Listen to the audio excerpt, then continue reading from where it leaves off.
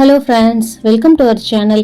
இன்னைக்கு நம்ம சேனலில் ஒரு பர்ஃபெக்டான ஈவினிங் டீ டைம் ஸ்நாக் ரெசிபியான ஆனியன் போண்டா ரெசிபி தான் எப்படி செய்யறதுன்னு பார்க்க போகிறோம். இந்த போண்டா செய்கிறது ரொம்பவே ஈஸி, ரொம்ப டேஸ்ட்டாக இருக்கும். எப்படி செய்யறதுன்னு பார்க்கலாம். ஆனியன் போண்டா பண்ணுறதுக்கு ஒரு மிக்சிங் பவுலில் 2 பெரிய வெங்காயத்தை இந்த மாதிரி பொடி பொடியாக கட் பண்ணி சேர்த்துக்கோங்க. அடுத்ததாக ஃப்ளேவருக்காக ஒரு கொத்தமல்லி கட்டில் கால்வாசி அளவுக்கு இந்த மாதிரி பொடி பொடியாக கட் பண்ணி சேர்த்துட்டு கூடவே காரத்துக்காக 2 பச்சை மிளகாய் இந்த மாதிரி பொடியாக கட் பண்ணி சேர்த்துக்கோங்க. இது கூடவே வாசனைக்காக கொஞ்சம் கருவேப்பிலை சேர்த்துட்டு 1/4 டீஸ்பூன் பெருங்காயத்தூள் சேர்த்துக்கோங்க. பெருங்காயத்தூள் சேர்த்துட்டு இது கூடவே ஒரு 1/4 டீஸ்பூன் கம்மியாக இஞ்சி பூண்டு பேஸ்ட் சேர்த்துக்கலாம். இஞ்சி பூண்டு பேஸ்ட் அதிகமாக சேர்க்கக்கூடாது. அந்த ஃப்ளேவருக்கு மட்டும் லைட்டாக கொஞ்சமாக ஒரு பிஞ்சளவு சேர்த்துட்டாலே போதும். இப்போ இதில் 1/2 டீஸ்பூன் அளவுக்கு உப்பு சேர்த்துட்டு 1/4 டீஸ்பூன் அளவுக்கு தனி மிளகாய் தூள் சேர்த்துக்கோங்க. போண்டா சாஃப்ட்னஸ் கொடுக்கறதுக்காக ஒரு பிஞ்ச் அளவுக்கு இதில் சோடா உப்பு சேர்த்துக்கலாம். இப்போ இது எல்லாத்தையும் ஒரு டைம் நல்லா மிக்ஸ் பண்ணி விட்டுறலாம்.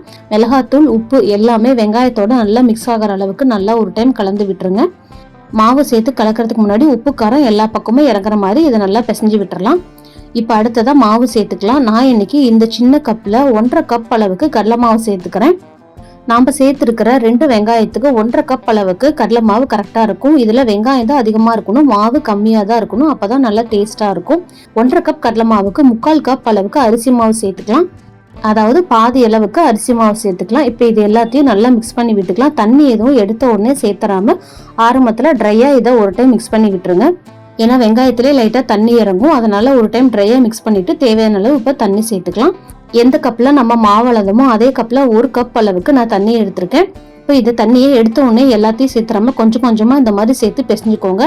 எனக்கு இதே கப்பில் 1/2 கப் அளவுக்கு தண்ணி தேவைப்பட்டுச்சு.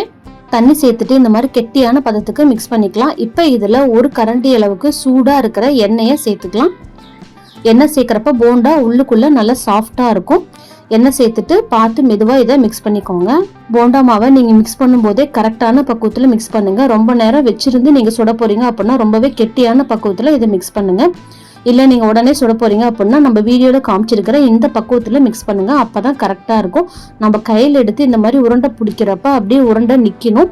மாவு கொஞ்சம் கூட லூஸ் ஆகக்கூடாது. இந்த பக்குவத்தில் இருக்கணும். இப்போ அடுத்ததாக நம்ம போண்டா சுடுறதுக்கு ஒரு வடை சட்டியில் எண்ணெய் சேர்த்துட்டு நம்ம இதில் உருண்டை பிடிச்சி வச்சிருக்க போண்டாவை ஒன்றா சேர்த்துடலாம். எண்ணெய் ரொம்ப சூடாக இருக்கக்கூடாது. ஒரு 80% வரைக்கும் சூடாக இருந்தால் போதும். அப்போ தான் நம்ம போண்டா சேர்த்த உடனே உள்ளுக்குள்ளே வரைக்கும் அது வெந்து வரத்துக்கு கரெக்டாக இருக்கும். எண்ணெய் காயிற வரைக்கும் அடுப்பை ஹை ஃப்ளேமில் வச்சுட்டு போண்டாவை சேர்த்த உடனே அடுப்பை மீடியம் ஃப்ளேமுக்கு குறைச்சி வச்சுருங்க. நீங்கள் ஹை ஃப்ளேம்லேயே வச்சிட்டிங்க அப்படின்னா போண்டா மேலே டக்குன்னு செவந்து வந்துடும். உள்ளுக்குள்ளே மாவு சரியாக வேகாது.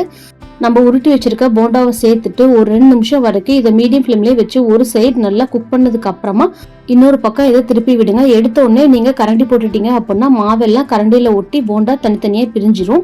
இப்போ பாருங்கள், ஒரு சைடு நல்லா வெந்துருச்சு. இப்போ எல்லாத்தையுமே நான் அதே மாதிரி திருப்பி விட்டுக்கிறேன். போண்டாவை நீங்கள் கடைசி வரைக்கும் மீடியம் ஃப்ளேமில் வச்சு தான் வேக வைக்கணும், ஹை ஃப்ளேமில் வைக்கக்கூடாது. இப்போ பாருங்க, இன்னொரு ஒரு நிமிஷம் வரைக்கும் நல்லா வெந்ததுக்கு அப்புறமா இதை இன்னொரு சைடு திருப்பி விட்டுக்கலாம். ஓரளவுக்கு எல்லா பக்கமுமே லைட்டாக இந்த மாதிரி வெந்ததுக்கு அப்புறமா நீங்கள் அடிக்கடி இதை திருப்பி விட்டுட்டே இருங்க. அப்போதான் எல்லா பக்கமும் ஹீட் ஈவனாக போகி போண்டா எல்லா சைட்லையுமே கரெக்டான பக்குவத்தில் வெந்து வரும். இல்லாட்டி ஒரு சைடு மட்டும் அதிகமாக வெந்திருக்கும், கலரும் ஒரு பக்கம் மட்டும் தேஞ்ச மாதிரி வந்துடும். இப்போ பாருங்க, இந்த அளவுக்கு கோல்டன் கலரில் வந்ததையும் நம்ம எல்லா போண்டாவையும் எடுத்துடலாம். இதே மாதிரி மீதி இருக்கிற எல்லா போண்டாவையும் நம்ம ரெடி பண்ணி எடுத்துக்கலாம். அவ்வளோதான். இங்கே பாருங்க, எல்லா போண்டாவையும் நம்ம ரெடி பண்ணி எடுத்தாச்சு. இந்த போண்டாவை ஈவினிங் டீ கூட சூடாக சட்னியோட வச்சு சாப்பிடும் பொழுது அவ்வளோ சூப்பராக இருக்கும். இப்போ பாருங்க, நான் ஒரு போண்டாவை பிச்சு காட்டுறேன் எவ்வளோ சாஃப்டாக இருக்கு அப்படின்னு. டேஸ்ட்டும் ரொம்ப சூப்பராக இருக்கும். ரொம்பவே சிம்பிளான மெத்தடில் நீங்கள் டக்குன்னு ஒரு 5 நிமிஷத்துக்குள்ளேயே இதை செஞ்சு முடிச்சிடலாம். இந்த போண்டா ரெசிபியை உங்கள் வீட்லேயே கண்டிப்பாக ட்ரை பண்ணி பாருங்கள். ட்ரை பண்ணி பார்த்துட்டு எப்படி வந்துச்சுன்னு எனக்கு கமெண்ட்ஸில் சொல்லுங்கள். நம்ம சேனல் பிடிச்சிருந்தா லைக் பண்ணுங்கள், ஷேர் பண்ணுங்கள், மறக்காமல் சப்ஸ்கிரைப் பண்ணுங்கள். தேங்க்யூ.